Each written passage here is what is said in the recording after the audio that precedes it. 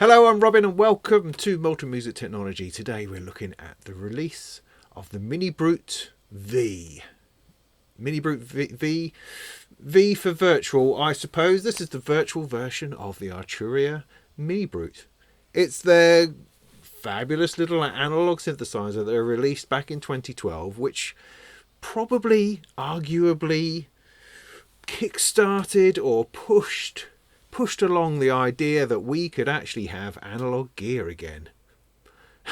It seems remarkable now, but in the space of about a decade or so, the explosion in hardware has been absolutely phenomenal. And Arturia, who were a software and sort of MIDI controller company, came really out of nowhere to say, hey, look, an affordable, cool, sounding awesome analog little synthesizer with some extra bits and pieces. It wasn't just the run-of-the-mill stuff. It had this metalizer which would fold the sine waves, and it had this mysterious brute factor that nobody really understands, which kind of adds a bit of grit to things, which is also what I've got in the background. I hope you're appreciating the builders who are sawing up bricks, I think, over there, which is great, but it all just adds to the ambiance of being in reality and the real world problems of YouTubers.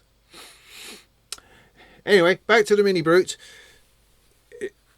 So what have they done? So in some strange kind of ironic portal of time distortion, Arturia have taken their awesome little hardware synthesizer and turned it into a piece of software.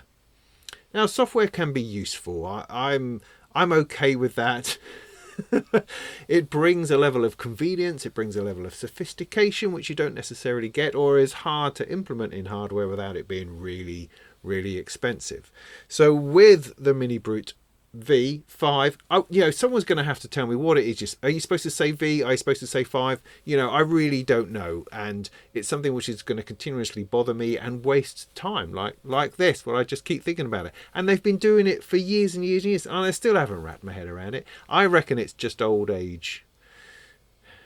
Anyway, the MiniBrute software version. I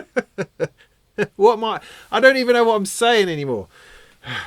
So, remarkably, after having this hardware intrusion of virtual instruments becoming analog synthesizers into reality in the real world, we now have this folding back of this same technology being remodeled and rethought about and emulated back into software for the convenience of having it running in your door. We don't really want convenience anymore. We'd much rather have the inconvenient reality of hardware in our hands, because we like to fiddle, and that brings out different levels of creativity. However, here we are, software. That's also okay. There's nothing wrong with running software, and you can hardwareize it by adding MIDI controllers and bits and pieces as well to give you a more of a hardware experience. So what am I rambling on about today? Well, all I wanted to do is give you a bit of a demo, show you around it, and just tell you what I like about it, because the MiniBrute itself as a synthesizer was a great little thing back in the day. It's still great now. Arturia themselves have replaced it with the MiniBrute 2, which brings other things, other factors, more performance controls, a bit of semi-modular sort of stuff going on. This is not that. This is the basic MiniBrute. And in that, it's quite gorgeous, because you're not fussing around and trying to work out, how do I patch this into this, that, and the other? You've just got the basics, but you've got the basics plus Arturia's little special sauce of the brute factor, the metalizer.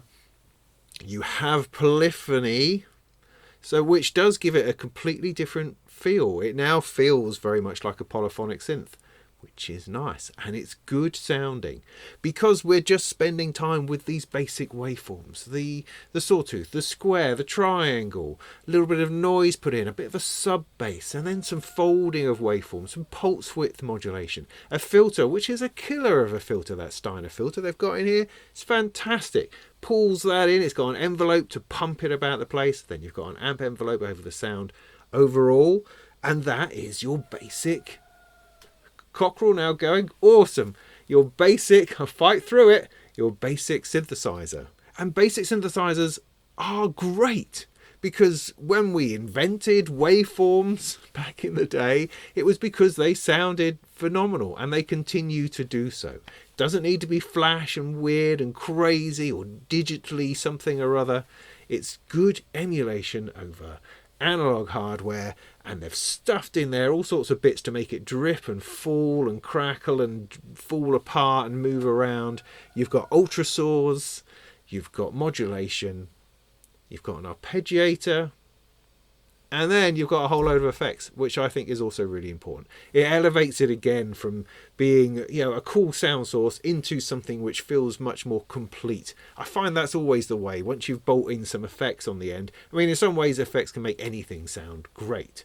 So, it covers up a multitude of sins in the background. But the MiniBrute doesn't really suffer from any of that, and in the end the effects just allow you to enhance and push and get creative with the way things move around. So this video then, I'm going to show you a few presets that I like, play a bit of sound, and then just take you through the basics of what it does. You can go to Arturia's website, download the demo and try it out for yourself. But I just want to share my feelings about it in amongst the feelings of lots of other people, I'm sure, who are also sharing their feelings about this little synthesizer. But it's a cool thing. If you want a spoiler, if you want to skip to the end, it's quite nice. Yeah, we like it.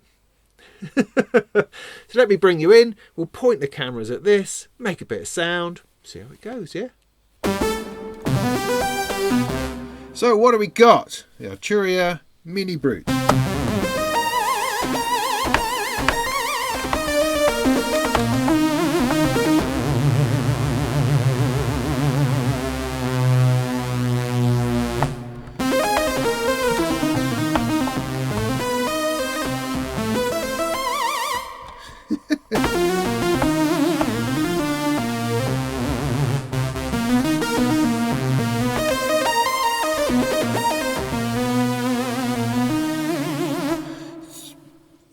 Some sounds. Let's look at some sounds. There's a couple of sounds that I quite like. Let's have a look at these.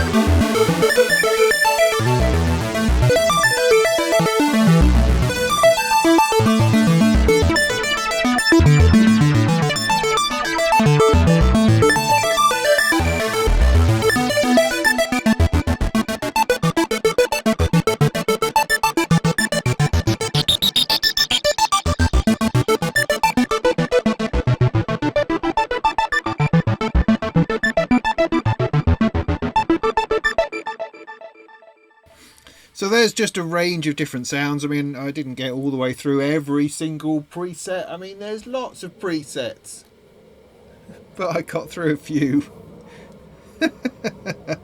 So a couple of points of order. First of all, this is not an iPad. This is a Microsoft Surface Pro 9, I think it is, working completely fine. There have been apparently some issues with CPU load because of the modelling of the filter is so precise and deep. I'm finding, 30% is coming up on here, which is not too bad. And also you can push it into H voices, and of course that's going to add a little bit more to that. One note about the arpeggiator. It's great to see the arpeggiator in here, and arpeggiators are a wonderful thing. I'm a big fan of arpeggiators. However, it's always confused. I've now got planes flying overhead. It's just going to be one of those days. I love a good arpeggiator, but my favourite arpeggiator in the world is the one in the Arturia keystep 37. It's mostly because of pattern mode. Pattern mode is excellent, but there's other things as well, like the gating and the swing. All the bits and pieces within here are just great. I use it all the time. So I have never understood why Arturia don't include this arpeggiator in everything. I mean, I've got one of their other MIDI controllers over there that I use on my computer, and it has an arpeggiator, but it doesn't have this arpeggiator. It has a simpler one. Why? You've already written the code to make this work, Arturia. Why don't you just have all of this in every product? I don't understand. So I mostly ignore the arpeggiator in the MiniBrute, although, to be fair, this particular patch, the arp and octave sequence, is awesome. It sounds great. I mean, it's essentially in random mode, but what I like with, if I turn that off, what I like in the 37 is the pattern version, which generates what to me is a groovy, excellent pattern, whatever you do. But it's a repeatable pattern, so you can get into a groove with it.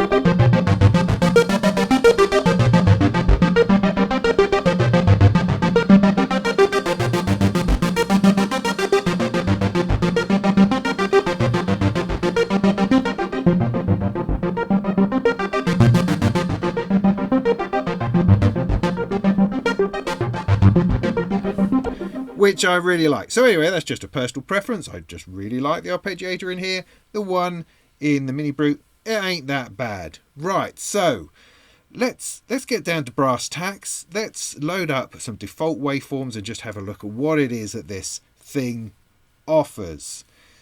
So to do that, you can go to in here somewhere is like, there you go, template, default, and it will load up. There we go, that's our default sound. It's the sawtooth.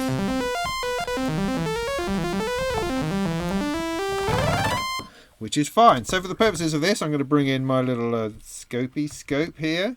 If I can get it to sit right. There we go, look at that. So I've also got a MIDI controller patched into this to give me a little bit of ease, but I can also access controls on screen because it's a Surface with a touchscreen. And the Arturia stuff works pretty well with touch, I have to say. The menu system's never quite so well, but the actual controls, yeah, pretty good. But just for ease, I've also got this mapped over here. But I'll probably use a combination because I forget what I'm doing half the time. So this is your sawtooth.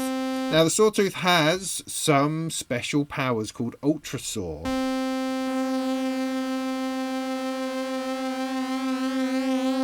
which does that, which also has a rate knob. So you can go to a very slow, gooey super saw kind of vibe, or you can push that into something a little bit weirder.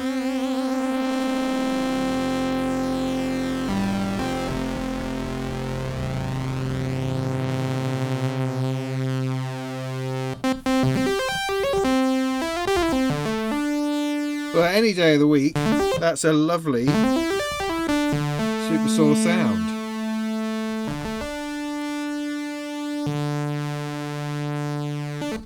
Okay, next up we have our square wave. Again, which does the business. For this you have pulse width.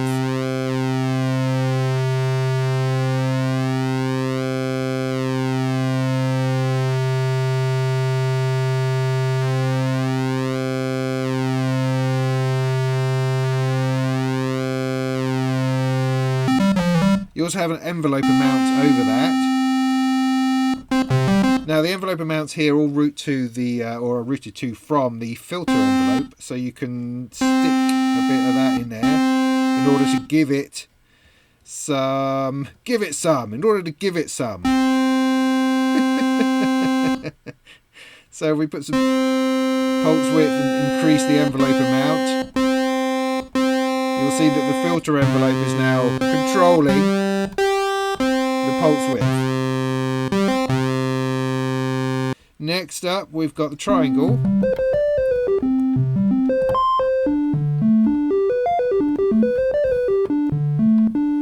Now this is where the metallizer comes in. The metallizer is a wave folder. If I can find the right, there we go.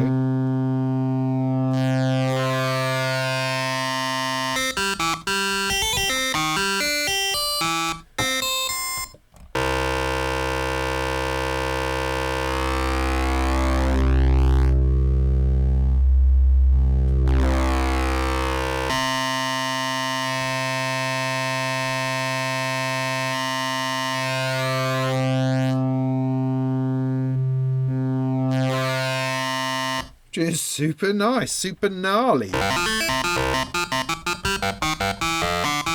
also got noise you can add, and a sub oscillator.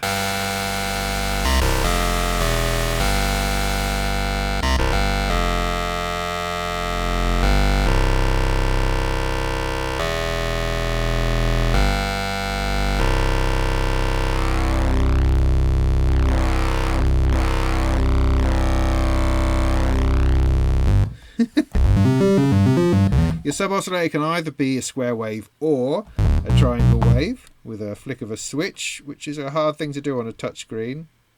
Come on, there we go.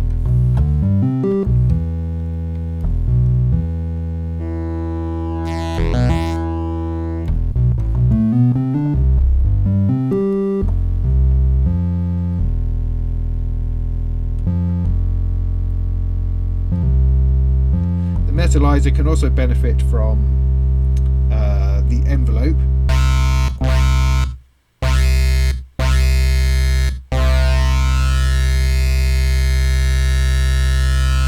That's lovely. Let's go back to our sawtooth. Now you have an oscillator mixer, so you can blend all of these waveforms together. You don't have to use one or the other. You can have the whole lot in a sort of an SH101 style. Now we have the Steiner filter as the next section over here with cut-off resonance. It has this brute factor for kind of overdriving it. You've then got keyboard tracking and envelope and mount. If I whack on what's it again?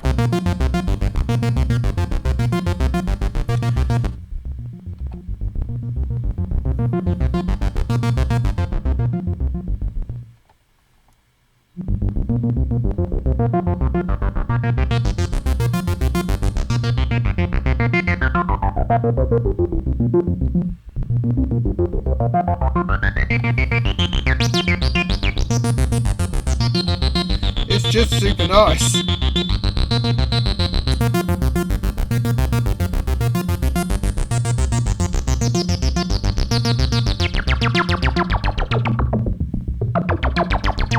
Then if I increase the brute factor,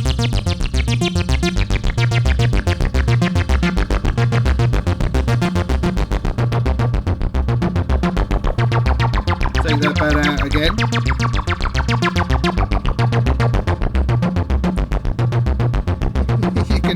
You can just feel how that's messing about.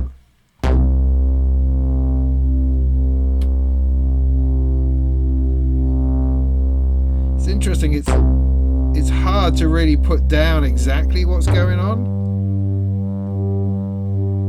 You know, there's a flattening, there's an edgying of. but it feels better in motion.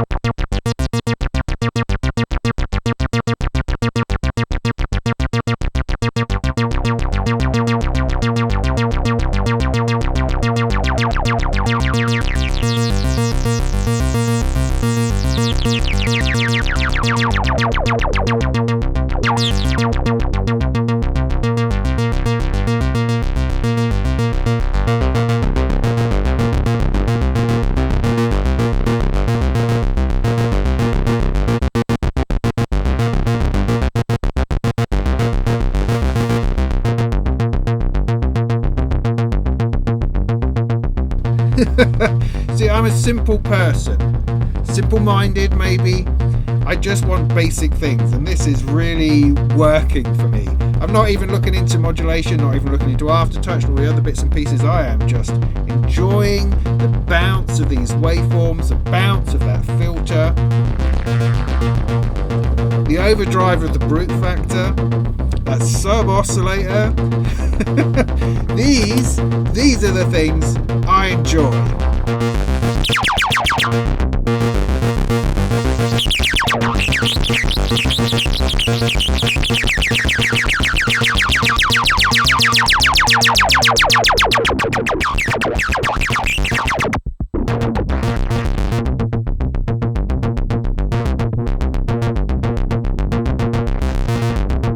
Has a vintage knob over here with which you can introduce a little bit of deterioration, which is no bad thing at any time.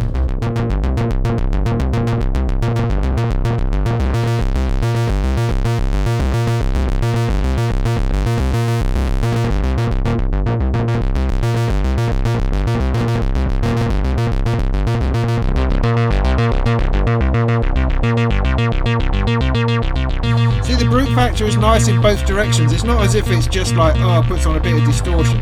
It feels good as it comes off as well. It adds this level of something that's not just, oh, let's whack on some distortion. It has these tonal colour changes going on as you go through it. It's really good.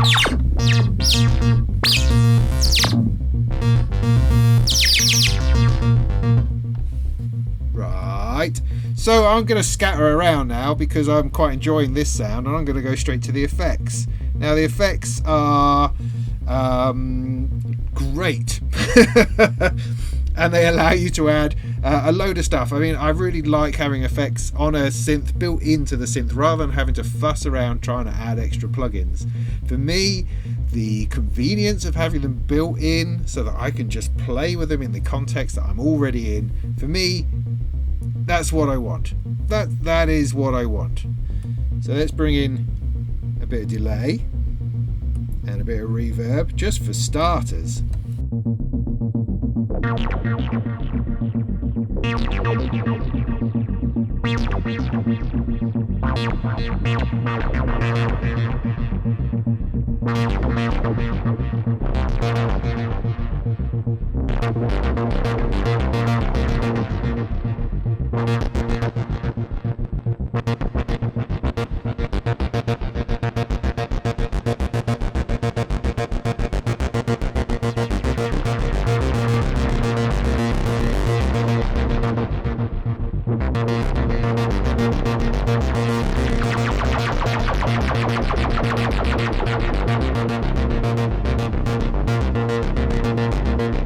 All right. Let's just try to calm it down a little bit.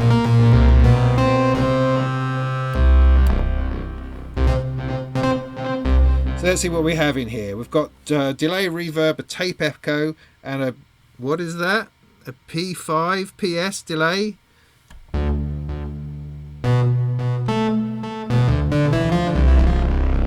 I should point out at this point that there's no manual for this at the moment, at the time of making this video, so I'm just making this up as I go, from what I see. I quite like the visualization that you've got going on in here, with these movement bits and this sort of stuff.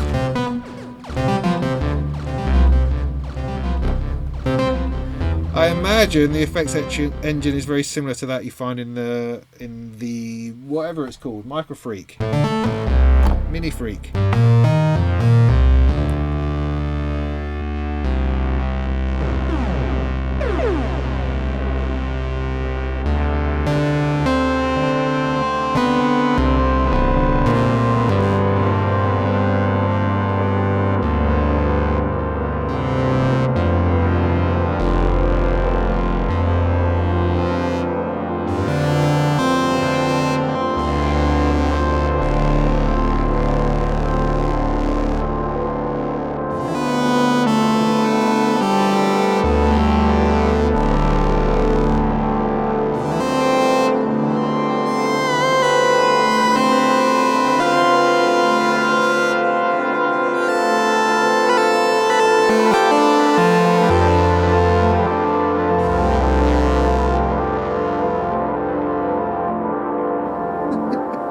This is all from a patch from scratch. We just made this up. You know, this is no preset. We're just doing this ourselves.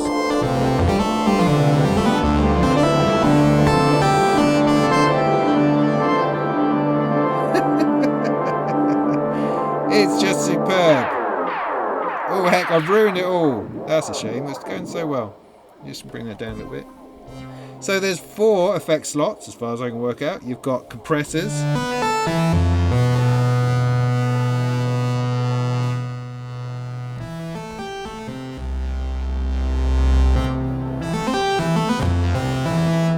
We've also got multi-band compressors in here. I'm not sure I can see everything I need to see. Okay, here we go.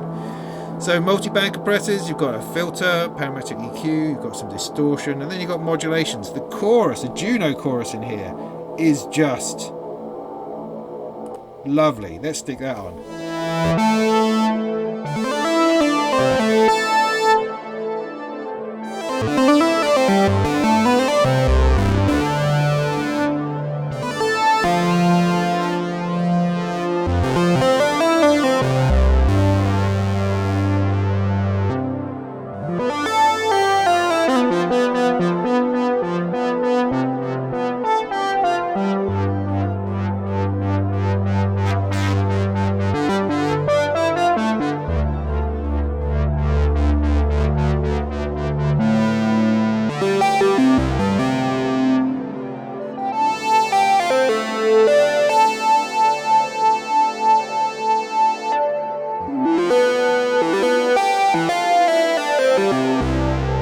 So let's stick in a bit of, it's going on forever, my tape echo.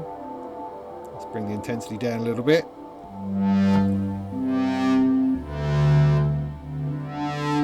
So if we turn this into a polyphonic synthesizer,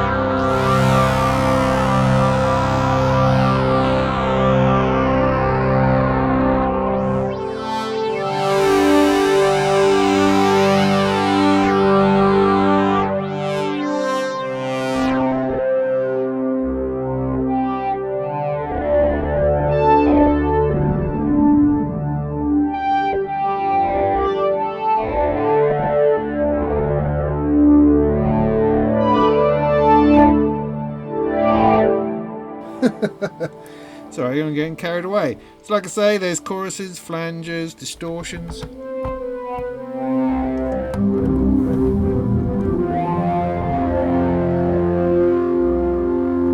Everything is just gorgeous.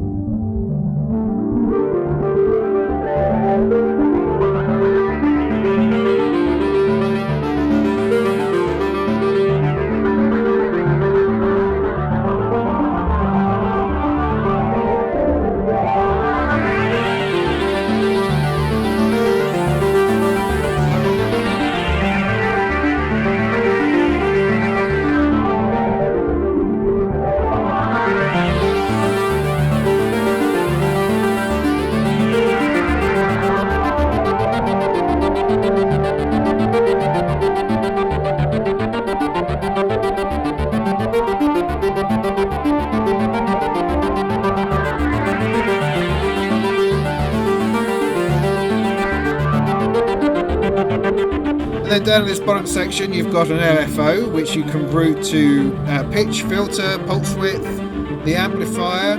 If you bring that down nice and low, we can stick a bit of that onto the filter. You've got different shapes, triangle, random, square, ramps. You can either have it free or synced to clock.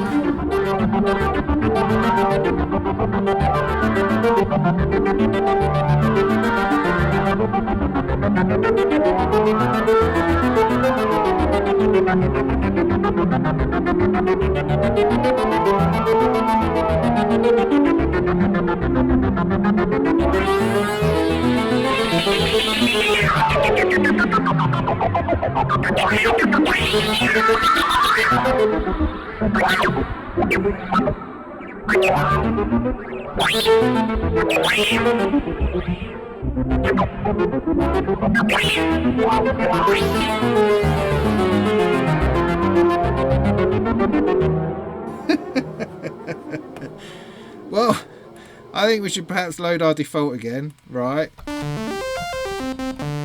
Just to demo one or two other little bits and pieces. Let's bring these effects off. So Aftertouch is a nice thing. I mean, this has got MPE support, so you can plug in a crazy thing and use that. A squishy controller to do all that kind of expressive stuff. But if you've just got simple Aftertouch, you can add in some vibrato, which is rather nice. So again, I'm just on a sawtooth wave.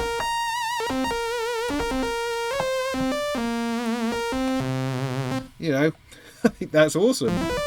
A very simple, save you having to wang about on the modulation wheel. You can also have that attached to the filter.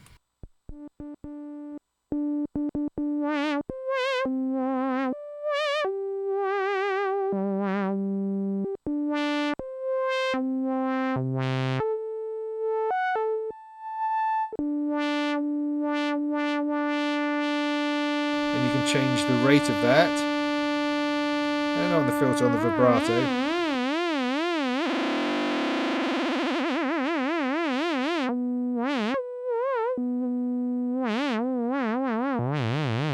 Okay, a couple of other bits and pieces then. You can choose what the modulation goes to. Is that vibrato? Is that cutoff? Is that LFO amount? Which is kind of nice. You've got glide down the bottom there. You've got, as I said, we already talked about vintage, which does some nasty things. You also got unison. You can detune.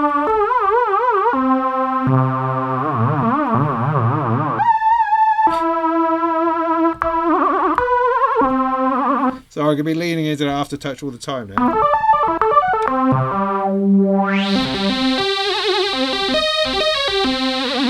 And the unison and detuning is separate to the ultrasaw. You've kind of got double the craziness going on. And then you've got a secret panel over here which does further distressing things to bits and pieces. If you can whack all of those up, it's just going to make as much mess and fuss about your sound as possible.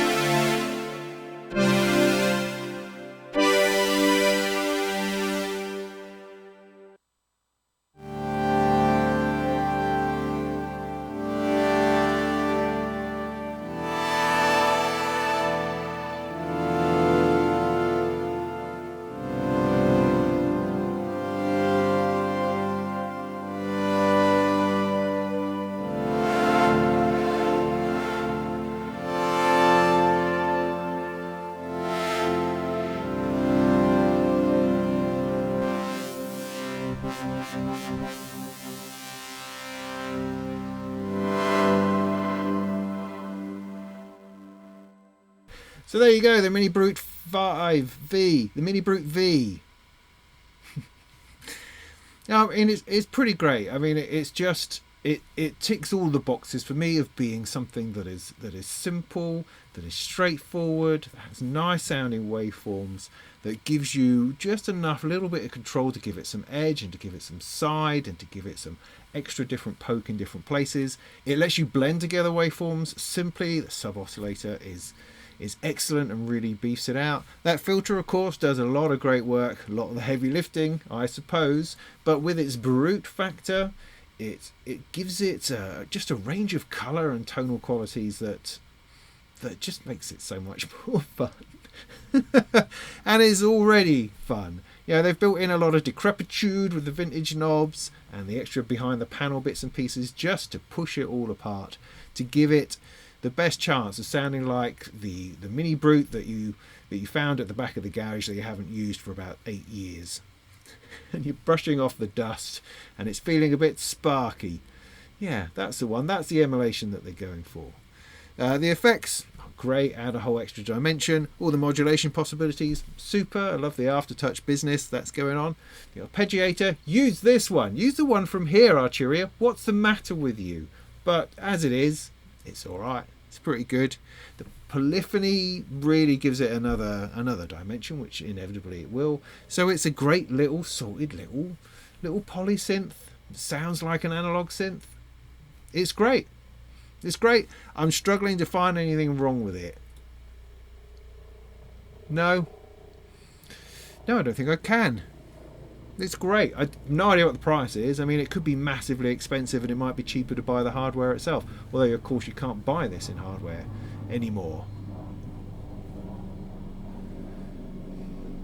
Helicopters. Helicopters, builders, cockerels. I've had the lot today I have. So anyway, to sum up our little video, the MiniBrute then, yes, it's nice. Good job, good emulation of their own thing. Well done, Arturia. I hope that was helpful. In the meantime, go make some tunes.